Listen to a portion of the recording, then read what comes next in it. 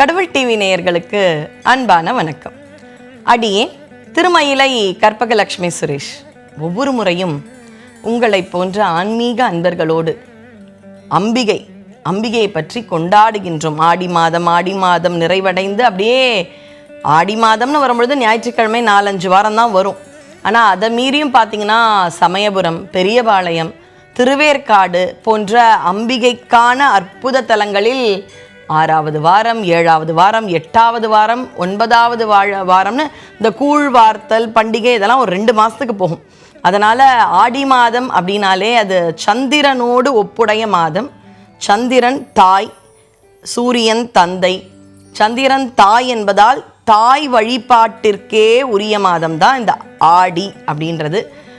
அது மட்டுமல்ல, நம்முடைய தமிழர்கள் ஒரு 12 மாதத்தில் 2 மாதம் நம்ம சுவாமிக்குனே விடணும் அப்படின்னு சொல்லிட்டு மார்கழி ஆடிய உயரிய தத்துவமாக கொண்டாடுகின்றார்கள்.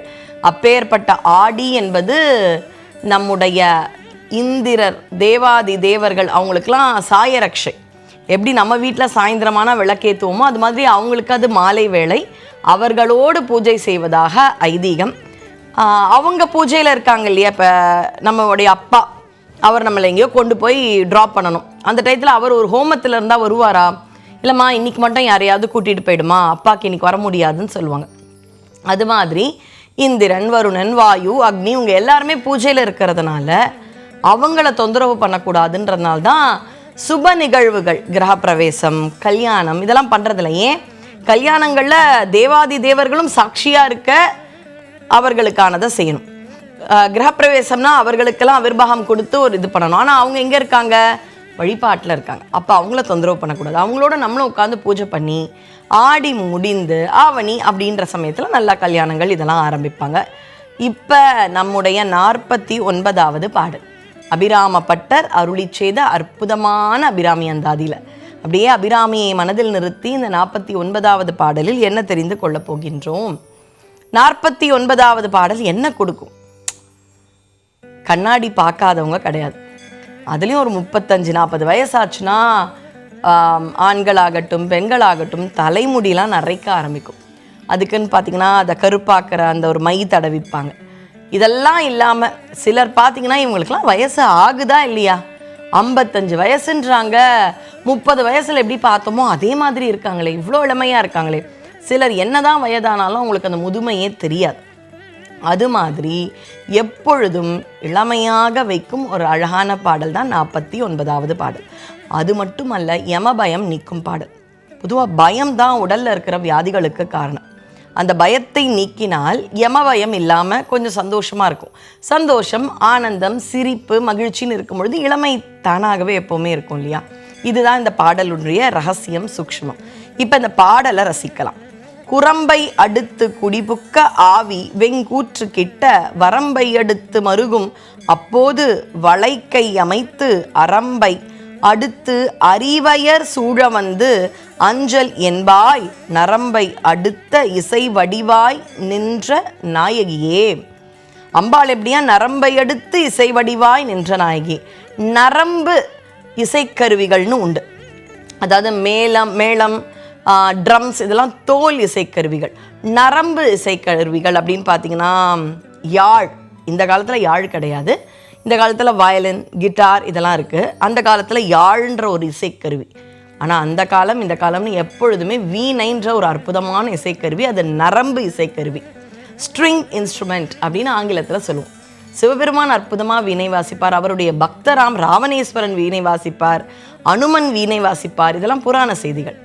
மாசில் வீணையும் மாலை மதியமும் அப்படின்னு ரொம்ப அழகான நாவுக்கரசர் சுவாமி கிட்ட மாசில்லாத வீணை இருக்குன்னு பாடுறார்.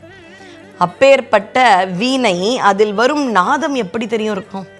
வீணை இசையெல்லாம் எவ்வளவுதான் ரொம்ப ஸ்ட்ரெஸ்ஸில் கேட்டாலும் ஒரு ஆனந்தத்தை கொடுக்கும்.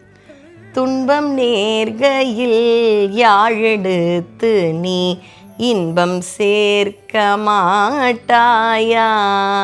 இந்த யாழ் இசை, வீணை இசை இதிலிருந்து வர ஒரு நாதம் மனம் எவ்வளவு சஞ்சலப்பட்டு இருந்தாலும் அதில் ஒரு ஆனந்தம் இருக்கும்.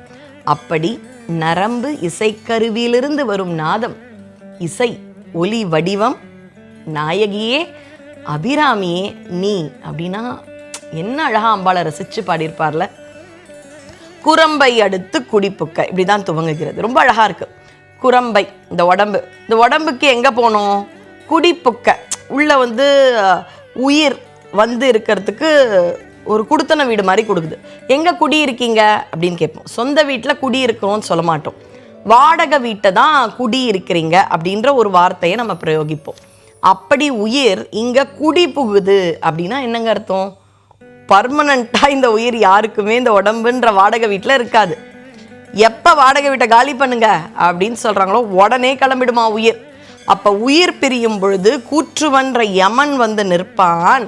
அப்போ அம்மா நீ அஞ்சேல் என்பாள் அருந்துணையாள் அள்ளி கொடுப்பதில் அன்னைக்கிணையாரானை காவிலோரம்மா. அப்படி அஞ்சேல் அப்படின்னு நீ நிற்கணுமா. ஏன்னா இந்த உடம்புன்றது எனக்கு ஒரு குடி இருக்க கொடுக்குது. யாருக்கு? என் உயிருக்கு. திடீர்னு உடம்பு இதுக்கு மேலே என்னால் எதுக்குமே ஒர்க் பண்ண முடியாது. என் எலும்பு தேஞ்சிடுச்சு, நரம்பெல்லாம் ரொம்ப வீக் ஆகிடுச்சு, சதெல்லாம் அப்படியே சுருங்கிடுச்சு, அவ்வளோதான்ப்பா, இந்த வீட்டை விட்டு காலி பண்ணு அப்படின்னு உயிரை சொல்லிடும். உடனே உயிர் அவ்வளோதானா, இதுக்கப்புறம் எனக்கு வேலை இல்லையா, நான் கிளம்புறேன்னு இருக்கும். அப்போ அந்த உயிரும் உடலும் பிரியும் பொழுது அவ்வளவு தீராத வலி, அதுதான் மரண வலி. கூற்றுவன் வந்துடுவான், கொடு உயிரை என்கிட்ட கொடு, நான் போய் திருப்பி ஹேண்ட் ஓவர் பண்ணணும். இந்த சமயத்தில் அந்த வலி, பயம், அம்மா அப்போ நீ நிற்கணும். வெறும்னே நிற்காத, நீ மட்டும் நின்று அஞ்சேல்னு சொல்லக்கூடாது, கூட யாரெல்லாம் வரணும்? வளைக்கை அமைத்து நல்ல வளையெல்லாம் கலகலகலன்னு போட்டுண்டு அரம்பை அடுத்த அறிவையர் சூழ அறிவையர்னா ரொம்ப சின்ன பெண் கிடையாது. பாலாம்பிகைனா சின்ன பெண், பூவையர்னா வயதுக்கு வந்த பெண், அறிவையர்னா மிடில் ஏஜ் விமன் அப்படின்னு சொல்லுவாங்க இல்லையா, அது மாதிரி இருக்கிறவங்க அம்பாள் கூட எப்போ இருப்பாங்களாம்? சேடி பெண்களாம். அவங்களுக்கு வயசே ஆகாதான், இளமையாக யவனமாகவே இருப்பாங்களாம். அப்படி யவனத்தோடு இளமையோடு அந்த அரம்பையர்கள் உன் கூட அப்படியே வளையலெல்லாம் வச்சுன்னு. ஏன் அரம்பையர்? இந்த அறிவையர்ன்ற அந்த ஒரு வயது பருவத்தை சொல்கிறார். ஏன்னா அம்பாளை இங்கே அம்மாவாக பார்க்குறார். சில இடத்துல அம்பாளை வயதுக்கு வந்த பெண்ணா, கல்யாணம் ஆக போகிற பெண்ணா பார்க்கும்பொழுது அதுக்கேற்ற தோழிகள் இருப்பாங்க.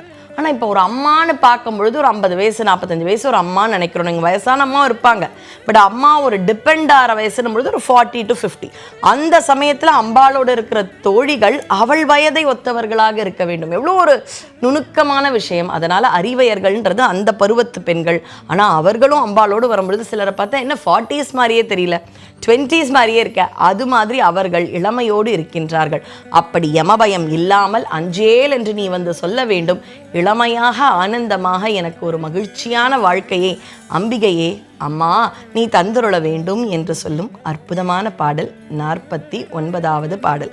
படித்து அம்பிகையின் அருளை பெறுங்கள். ஓம் சக்தி பராசக்தி. நன்றி, வணக்கம்.